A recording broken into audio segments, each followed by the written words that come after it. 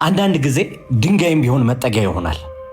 እናቱ የተገደለችበት ይህ የ2 ቀን ዕድሜ ያለው ሚዳቆ የድንጋይ ምስል ላይ ተጠግቶ ሲያለቅስ ተገኘ።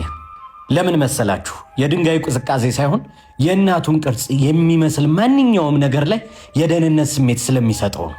በጃፓንም እናቱ የከዳችው ፑንች የተባለ ሕፃን ጦጣ መጽናኛውን ያገኘው በአንድ የጨርቅ አሻንጉሊት ውስጥ ነው።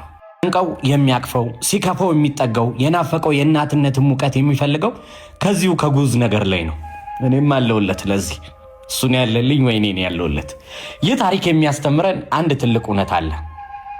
ነፍስ ያለው ፍጡር ሁሉ መጠጊያ ይፈልጋል። እኛም ብንሆን የከበደን ቀን አይዞ የሚለን ምንም ባይናገር እንኳን ዝም ብሎ የሚያቅፈን ልብ እንፈልጋለን። መጠጊያ መሆን ትልቅ ሰብአዊነት ነው። ዛሬ ለአንድ ሰው መጠጊያ ሆኖ ይህ መልእክት ሊደርሰው የሚገባው ሰው ካለ ፎርዋርድ አድርጉለት።